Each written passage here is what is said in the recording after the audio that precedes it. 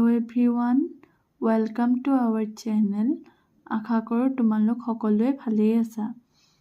আহাচোন আজি আমি ইয়াৰ আগৰ ভিডিঅ'টোত subset, power set, universal set discuss কৰিছিলোঁ। তাৰ পাছত কেইটামান তোমালোকৰ বুকত এক্সাম্পল আছে, সেইকেইটা ডিসকাস কৰোঁ।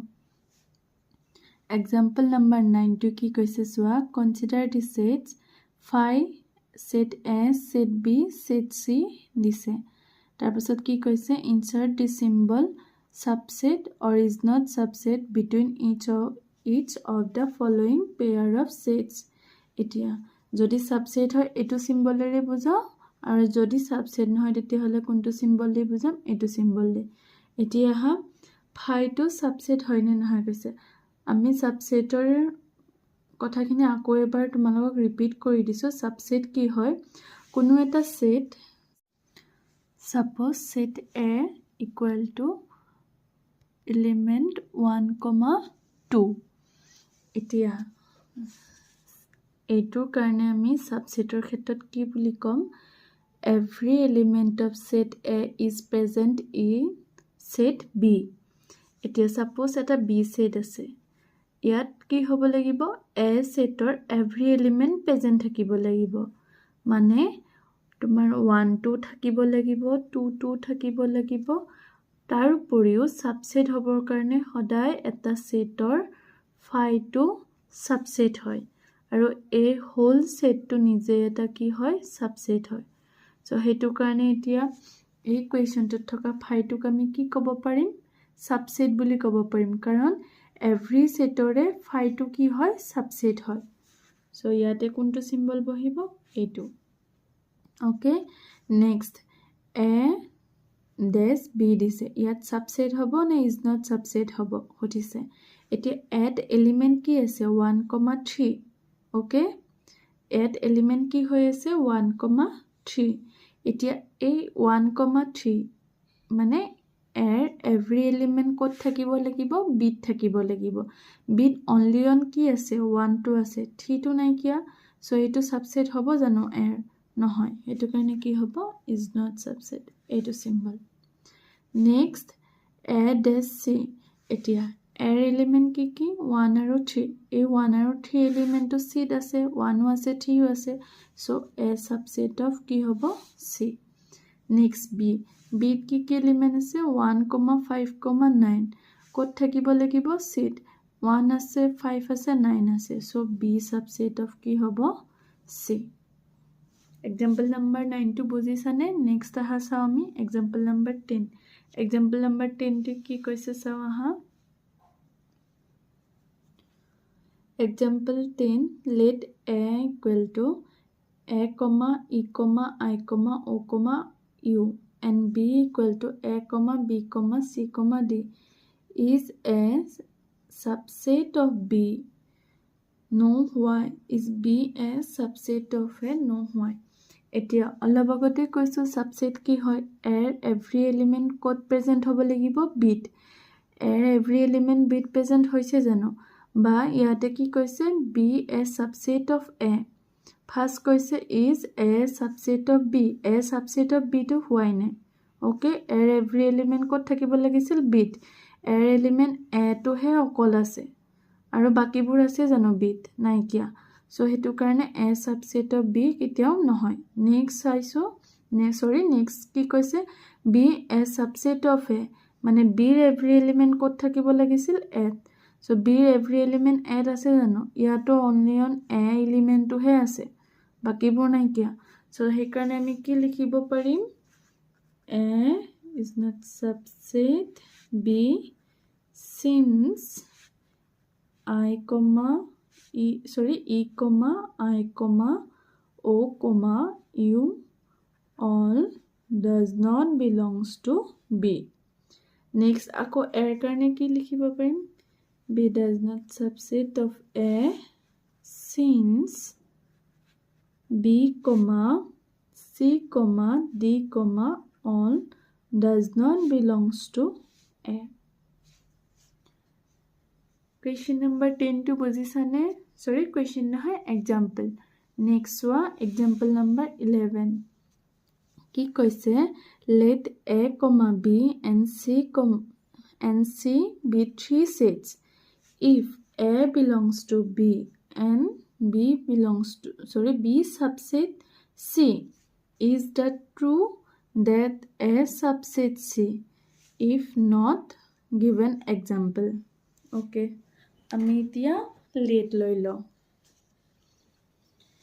First কি কৈছে if a belongs to b, suppose let set a element আছে a, okay, তাৰ পাছত আমাক কুৱেশ্যনত কি দিছে if a belongs to b, a belongs to b মানে a এই এলিমেণ্টটো ক'ত থাকিব b থাকিব। নেক্সট সাপোজ b সেটটো ললো আমি, b এটা এলিমেণ্ট ললো আৰু কুৱেশ্যনৰ মতে a belongs to b, এৰ এলিমেণ্টটো ক'ত থাকিব b থাকিব। সো হেতু কাৰণে কি লিখিব পাৰিম a সেটটো আমি b ৰ ভিতৰত লিখিব পাৰিম। তাৰ পাছত নেক্সট কি কৈছে b subset of c, so b subset of c, এতিয়া b ৰ every element ক'ত থাকিব c থাকিব। সাপোজ c এলিমেন্ট কি হ'ব এটা c এটা নিজা এলিমেন্ট আছে আৰু b ৰ every element ক'ত থাকিব লাগিব c থাকিব লাগিব। b ৰ every element হ'ব লাগিলে কি হ'ব b, set a এলিমেন্টটো এইটো b a, okay, এতিয়া কি সুধিছে a subset of c হ'ব নে নাই। এতিয়া এৰ every element ক'ত থাকিব লাগিব c থাকিব লাগিব, okay, but আমি subset কেনেকৈ লিখো suppose 1, 2 a set, b সেটৰ কাৰণে subset কেনেকৈ লিখিম আমি 1, 2 এটা কিহত থাকিব সেট হৈ থাকিব। নেক্সট কি হ'ব 2, 2 থাকিব, তাৰ পাছত এই সেটটো গোটেই নিজে হ'ব আৰু এটা 5, কিন্তু সেট চোৱাচোন সাবসেট হ'বৰ কাৰণে a টো ডাবল কাৰ্লি ব্ৰেকেট হৈ আছে জানো নাই, নহয় কি হৈ আছে সিঙ্গল কাৰ্লি ব্ৰেকেট হৈ আছে। তাৰ মানে কি বুজাইছে a টো c belongs কৰে, মানে a belongs to c, এইটো does not a subset of c, a subset of c কেতিয়া হল হয় যদি এনেকে থাকিলে হয়। so question to answer কি হ'ব no। বুজি পাইছানে? যদি কিবা নুবুজা আছে কমেন্ট সেকশনত জনাই দিবা, নেক্সট ভিডিঅত আকৌ ৰিপিট কৰি দিম। এতিয়া আহাচোন আমি চাও ইন্টাৰভেল কি হয়, ক্লোজ ইন্টাৰভেল ওপেন ইন্টাৰভেল কি হয় সেইখিনি অকমান চাও। ইন্টাৰভেল বুজিবৰ কাৰণে আমি সদায় কি ল'ব লাগিব ৰিয়েল নাম্বাৰ ল'ব লাগিব। ইন্টাৰভেল সদায় ক'ত ৰিলেট কৰা হয় ৰিয়েল নাম্বাৰত। এতিয়া ফাৰ্স্ট এটা সেট সাপোজ দুটা নাম্বাৰ আছে ধৰিলো সেট এটা 1 আৰু 2, এটো আমি ৰিয়েল নাম্বাৰ ড্ৰ কৰো। সো ইয়াত 0, 1, 5, okay, 2, 3, 4। এতিয়া আহা ফাৰ্স্ট ওপেন ইন্টাৰভেল, ওপেন ইন্টাৰভেলটো সদায় আমি এই ধৰণে লিখো 1, 5, ওপেন ইন্টাৰভেল এই ধৰণে আমি ওপেন ব্ৰেকেট লগাই দিও, ওকে। নেক্সট ক্লোজ ইন্টাৰভেলত স্কয়াৰ ব্ৰেকেট লগাও এইটো। এতিয়া ওপেন ইন্টাৰভেলে কি মিন কৰিছে ক্লোজ ইন্টাৰভেলে কি মিন কৰিছে চাও আহা। ওপেন ইন্টাৰভেল মানে ইয়াত আমি 1 টো ইনক্লুড নকৰো, এই 1 টো ইনক্লুডেড নাথাকে আৰু 5 টো ইনক্লুডেড নাথাকে। ওপেন ইন্টাৰভেলত যদি আমি কওঁ ওপেন ইন্টাৰভেল 1, 5 ৰ আন্ডাৰত কি নাম্বাৰ আছে তেতিয়া হলে কি থাকিব 2, 3, 4। আৰু ক্লোজ ইন্টাৰভেল বুলি যেতিয়া কওঁ ইহতকো কি কৰা হয় 1 আৰু 5 ক ইনক্লুড কৰা হয়, মানে এটো হ'ব ওপেন ইন্টাৰভেল যিখিনি আমাৰ 2, 3, 4 হ'ব আৰু ক্লোজ ইন্টাৰভেলত হ'ব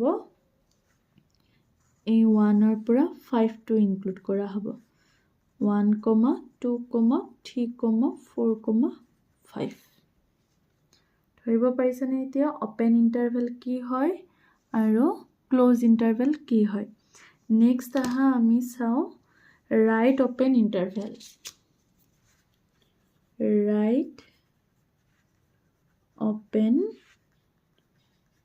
interval এটা right open interval বুলি কতে ধৰিব পাৰিছা right side কি হৈ থাকিব open আৰু left side কি হৈ থাকিব closed suppose 1,5 ললো real number 1,5 number line draw কৰিব লাগিলে আমি কি ধৰণে draw কৰিম এটা number line ইয়াত 1 2 3 4 5 open interval কি হয় আমি নাম্বাৰটো লাষ্ট ডিজিটটো আমি কি নকৰো ইনক্লুড নকৰো সো কি হ'ব open intervalত a5 টো আমি কি নকৰো ইনক্লুড নকৰো ওকে কি হ'ব ক্লোজ ইণ্টাৰভেলত আমি কি কৰো নাম্বাৰবিলাক ইনক্লুড কৰো হেতু কাৰণে এটো আমাৰ নাম্বাৰ কেটা কি হ'ব 1, 2, 3, 4 next close intervalot কি হ'ব next কি আহিব left open interval